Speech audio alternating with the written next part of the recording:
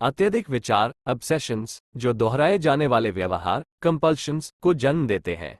OCD की विशेषता अनुचित विचार और भय ऑब्सेशंस हैं जो कंपल्सिव व्यवहार को जन्म देते हैं। ओसीडी के लिए एक्सपोजर और रिस्पांस प्रिवेंशन ईआरपी में खुद को चिंताजनक विचारों या स्थितियों के संपर्क में लाना और बाध्यकारी व्यवहार करने से बचना शामिल है। अपने ओसीडी विचारों को अपनी पहचान से अलग करना। हालांकि विश्वास करने की तुलना में ये कहना आसान है, विचार केवल शब्दों की माला है और स्वाभाविक रूप से खतरनाक नहीं है। आप किसी विचार को केवल इसलिए गंभीरता से लेने के लिए बाध्य नहीं हैं क्योंकि यह आपके मस्तिष्क ने उत्पन्न किया है। आप अपने विचार नहीं हैं।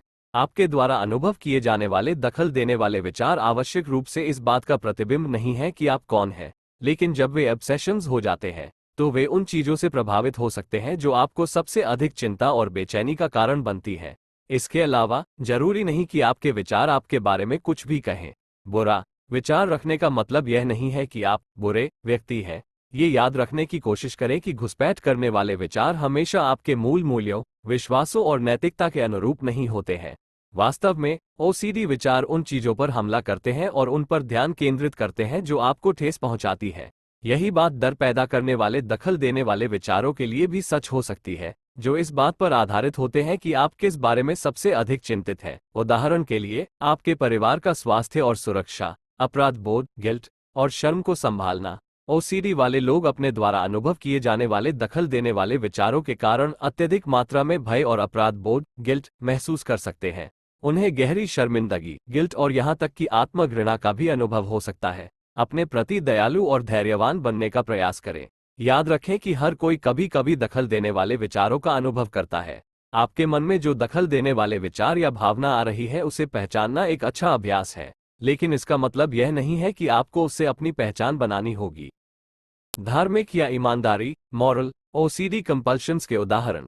अपने ऑब्सेशंस विचारों के जवाब में धार्मिक या ईमानदारी मॉरल ओसीडी वाला व्यक्ति अपनी चिंता को कम करने के प्रयास के रूप में बाध्यकारी कंपल्शंस कार्यों में संलग्न होगा। यहाँ कुछ उदाहरण दिए गए हैं कि यह कैसा दिख सकता है। अत्यधिक प्रार्थना। धार्मिक प्रवृत्ति वाले लोग ओसीडी बड़े पैमाने पर प्रार्थना कर सकता है, अपने विशेष विश्वास के लिए मानक से अधिक समय तक, कभी कभी दिन में सैकड़ों बार, ये सुनिश्चित करने के लिए कि उनकी प्रार्थना पूरी तरह से की गई है। यदि कोई गलती या झिझक है तो व्यक्ति खुद को तब तक दोहरा सकता है जब तक उसे विश्वास न हो जाए कि प्रार्थना निर्दोष है। अत्यधिक स्वीकारोक्ति।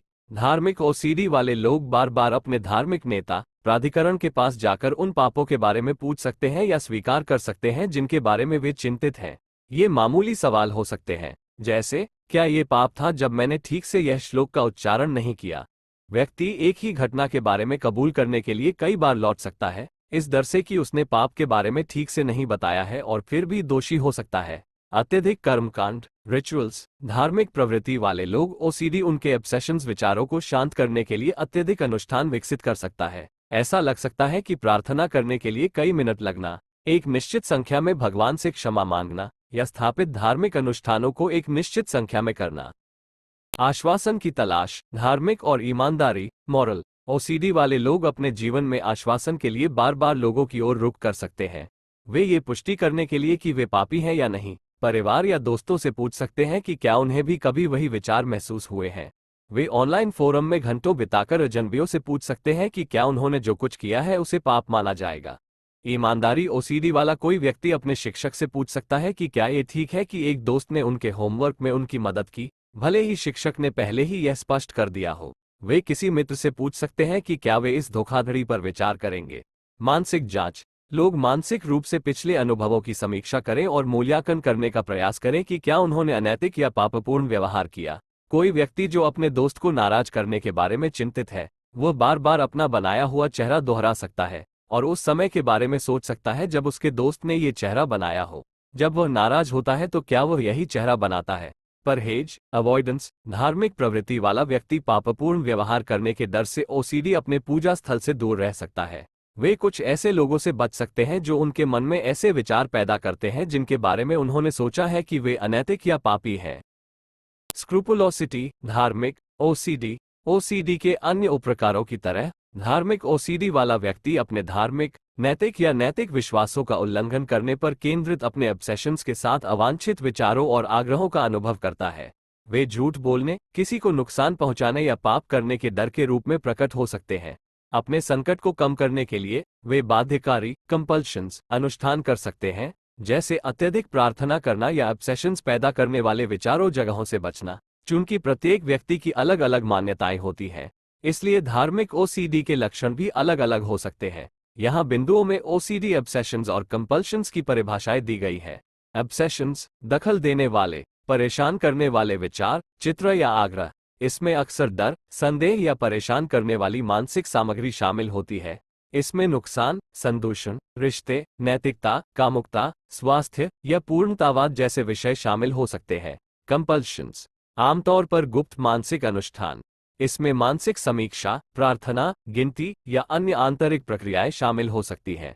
देखने योग्य बाहरी बाध्यताओं का अभाव, फिर भी इसके परिणामस्वरूप महत्वपूर्ण संकट और हानि होती है। ओसीडी के लिए एक्सपोजर और प्रतिक्रिया रोकथाम ईआरपी में खुद को चिंता उत्तेजक विचारों या स्थितियों में उजागर करना और बाध्यकारी कंपल्शंस व्यवहार करने से बचना शामिल है। यहाँ ओसीडी उपचार में उपयोग की जाने वाली सामान्य ईआरपी तकनीकों की सूची दी गई है। 1. स्क्रिप्टिंग, ऑब्सेशंस विचारों का विस्तृत विवरण लिखना। 2. काल्पनिक एक्सपोजर, भयभीत परिदृश्यों या दखल देने वाले विचारों की स्पष्ट रूप से कल्पना करना। 3. एक्सपोजर पदानुक्रम, कम से लेकर सबसे अधिक चिंता पैदा करने वाली भयावह स्थितियों या विचारों का धीरे धीरे सामना करना। 4. स्थिति एक्सपोजर, उन स्थितियों का सीधे सामना करना जो ऑब्सेशंस पैदा करती हैं, जैसे जानबूझकर डर पैदा करने वाले विचार को सोचना। 5. विचार लेबलिंग, उन पर प्रतिक्रिया किए बिना ऑब्सेशंस विचारों की पहचान करना, जैसे यह एक ओसीडी का विचार है ऐसा मन में बोलना। 6. माइंडफुलनेस, निर्णय या प्रतिक्रिया के बिना विचारों का निरीक्षण करने के लिए माइंडफुलनेस तकनीकों का अभ्यास करना, जैसे ज्ञाता दृष्टा भाव से विचार को देखना। 7. प्रतिक्रिया में देरी, ऑब्सेशंस का अनुभव करने के बाद जानबूझकर एक निर्धारित अवधि के लिए कंपल्शंस में देरी करना। 8. प्रतिक्रिया रोकथाम, ऑब्सेशंस के जवाब में मानसिक या शारीरिक अनुष्ठानों में शामिल होने से बचना। 9. बार, एक ही समय में सबसे भयावह ऑब्सेशंस विचार या स्थिति का गहन संपर्क। 10. इंटरोसेप्टिव एक्सपोजर, कंपल्शंस का जवाब दिए बिना खुद को शारीरिक संवेदनाओं के संपर्क में लाना जो चिंता पैदा करती है। 11. आभासी वास्तविकता एक्सपोजर, भयभीत स्थितियों या परिदृश्यों का अनुकरण करने के लिए आभासी वास्तविकता तकनीक का उपयोग करना। 12. विवो एक्सपोजर में वास्तविक जीवन की स्थितियों या ऑब्सेशंस से जुड़े ट्रिगर्स का सामना करना। 13. रिस्पांस प्रिवेंशन ईआरपी के साथ एक्सपोजर, बाध्यकारी कंपल्शंस प्रतिक्रियाओं को रोकते हुए खुद को ऑब्सेशंस ट्रिगर्स के संपर्क में लाना। ये तकनीकें अक्सर व्यक्ति के विशिष्ट ऑब्सेशंस और कंपल्शंस के अनुरूप बनाई जाती हैं और इन्हें आमतौर पर एक योग्य मानसिक स्वास्थ्य पेशेवर के मार्गदर्शन में आयोजित किया जाता है, जैसे ओसीडी उपचार में विशेषज्ञता वाले चिकित्सक।